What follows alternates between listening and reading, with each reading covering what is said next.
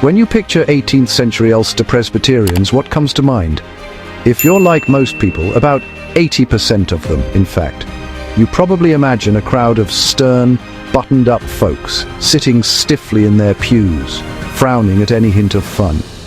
But what if I told you that behind those solemn faces and strict sermons, there was a world of secret passions, daring flirtations, and even a few scandals that would make your modern-day gossip seem tame? The truth is, history is rarely as dull as it looks in old paintings or black and white photos. In fact, the real stories of these communities are bursting with color, drama, and more than a little mischief. So let's peel back the layers of starch and solemnity and take a peek at the surprisingly vibrant and sometimes scandalous lives of Ulster's Presbyterians. Maybe the reason so many people think Presbyterians were boring is because they've never heard the real love stories that were quietly unfolding behind those heavy church doors. The truth is, the church wasn't just a place for prayer and piety. It was also the backdrop for some of the most dramatic and sometimes downright cheeky romances in Ulster's history. These walls, which echoed with hymns and sermons, also held secrets, whispers, glances, and the kind of tension that could make even the most stoic minister sweat. If you listen closely, you can almost hear the echoes of laughter, the rustle of a secret note being passed, or the soft sigh of a heart skipping a beat. So let's pour ourselves a cup of historic tea, gather around, and get ready to spill the secrets that would have had the whole village whispering. Imagine the thrill of a juicy rumour making its way from the church pews to the village green, growing wilder with every retelling. In a world without social media, gossip was the original viral sensation, and nothing spread faster than a hint of romance or scandal. The stakes were high, the consequences real, and the stories, well, they were unforgettable. Picture it, rolling green hills dotted with sheep, stone churches rising above the mist, and small villages where everyone knew everyone else's business. This was 18th and 19th century Ulster, a place where tradition ruled, but human nature was just as lively as anywhere else. The churches were big, the communities close-knit, and the secrets, well, they were even bigger. In these villages, privacy was a rare luxury. Every action, every word, every sideways glance was noticed, catalogued, and if it was interesting enough, discussed at length over the next Sunday dinner. Yet, despite the ever-watchful eyes, or perhaps because of them, people found ways to carve out private moments and nurture forbidden connections. Life for Presbyterians here was serious. The church was the center of everything: faith, family, and even social life. Ministers preached about sin and virtue, and the congregation listened with rapt attention, trying their best to look as pious as possible. But beneath those starched collars and stern expressions, hearts were beating fast, and not just from fear of eternal damnation. The pressure to conform was immense, but so was the desire to break free, even if only for a moment. The more the ministers thundered about temptation, the more tempting it became to test the boundaries, to see just how much you could get away with before someone noticed. Because, let's be honest, no amount of fire and brimstone preaching could stop young people from noticing each other. In fact, sometimes the strictness of the church just made the thrill of romance even more irresistible. Every stolen glance, every secret smile, every blush in the pews was a tiny act of rebellion against the rules. For many, the church was less a place of spiritual reflection and more a stage for the most suspenseful drama in town. Who liked whom, who was passing notes, and who might be caught next. The tension was delicious, the stakes high, and the rewards, well, they were worth every risk. Courtship in Ulster wasn't exactly a whirlwind of passion, at least not on the surface. There were no dating apps, no late-night texts, and definitely no public displays of affection. Instead, romance was a slow dance, played out in glances across the church aisle, or in the careful choreography of a village social. If you wanted to catch someone's eye, you didn't swipe right. You walked slowly past them at the next gathering, hoping they'd notice. Every social event was an opportunity, every dance a coded conversation. The rules were strict, but that only made the game more exciting. Parents and elders watched closely, but the young people became experts at communicating with a look, a gesture, or a carefully chosen word. For the bold, there were flirty letters, written in careful script on parchment, folded and passed in secret. At Sunday service, young men and women would exchange glances, their faces carefully composed, but their eyes sparkling with mischief.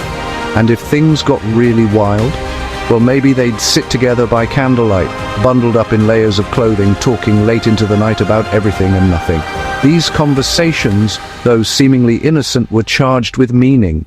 Every word was weighed, every silence loaded with possibility. Sometimes a single letter could set off a chain of events that would ripple through the entire community. Imagine a world where the biggest thrill was a secret touch under the table, or a hand held just a moment too long. In a place where even a whisper of impropriety could set tongues wagging, these tiny acts of intimacy were electrifying. For many, the anticipation and secrecy made every moment feel even more intense.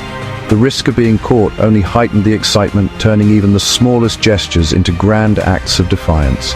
In a society obsessed with appearances, these private rebellions were a way to assert individuality and claim a little happiness, even if only for a fleeting moment. Of course, not everyone approved. The elders watched with eagle eyes, ready to swoop in at the first sign of trouble. But even in the strictest communities, sparks sometimes flew a little too high, and the results could be both thrilling and disastrous. A single misstep could mean public shame, a forced confession, or even expulsion from the church. Yet the threat of punishment didn't always deter the boldest hearts. In fact, for some, it only added to the allure. The forbidden was always the most tempting, and the stories of those who dared to cross the line became legends in their own right. Some couples took their chances, meeting in secret, maybe in a quiet barn or behind the church after dark. Love notes were slipped into hymnals, and the risk of discovery only made the romance more exciting. But when secrets got out, the whole village would be buzzing, and the church gate became the hottest spot for gossip. The stories would spread like wildfire, with every detail exaggerated and embellished. Sometimes the truth was stranger than fiction. Other times the rumors were pure invention. Either way, the drama was irresistible, and everyone wanted a front row seat. And sometimes things went even further. Affairs and scandals didn't just stay whispered about. They ended up in the church court records, where ministers and elders would debate the fate of the sinners. These weren't just private matters. They were public dramas with reputations and even livelihoods on the line. The church courts were a kind of theatre where the community's values were put to the test. Accusations flew, defences were mounted, and the outcomes could be life-changing. For those involved, the experience was harrowing, but for the rest of the village, it was the ultimate spectacle, a real-life soap opera unfolding in their midst. But here's the twist. These secret romances weren't just juicy stories for the village to gossip about. They reveal something deeper about life in Ulster, the constant balancing act between public morals and private passions. People found clever ways to express their feelings, even when the rules said they shouldn't. The creativity and determination of these secret lovers is a testament to the power of human connection. Whether it was a locket with a hidden note, a coded message in a hymn, or a midnight rendezvous, these acts of defiance were also acts of hope, a belief that love could flourish even in the most unlikely places. In public, everyone played their part, attending church, following the rules, keeping up appearances. But in private, they found ways to let their true selves shine through.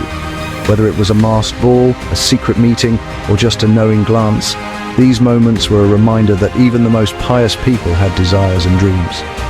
The tension between duty and desire was ever present, shaping lives in ways both subtle and profound. It's easy to forget, looking back, that these were real people with real emotions, struggling to find happiness in a world that often demanded sacrifice. And it wasn't just the young or the reckless who found themselves caught up in these dramas. Older couples, widows, and even ministers sometimes found their hearts leading them down unexpected paths.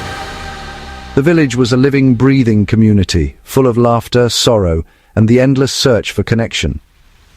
Friendships could blossom into something more, and rivalries could spark passions that no one saw coming.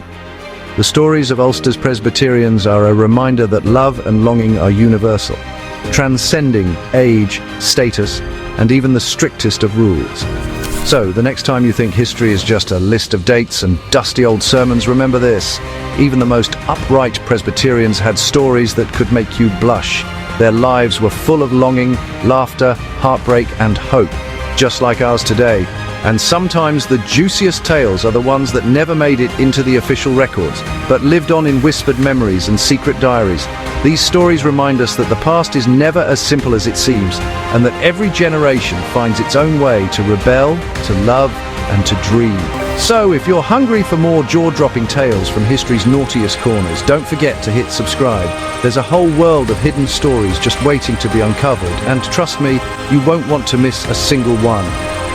The next time you walk past an old church or see a faded photograph, remember, behind every solemn face there might be a secret just waiting to be told.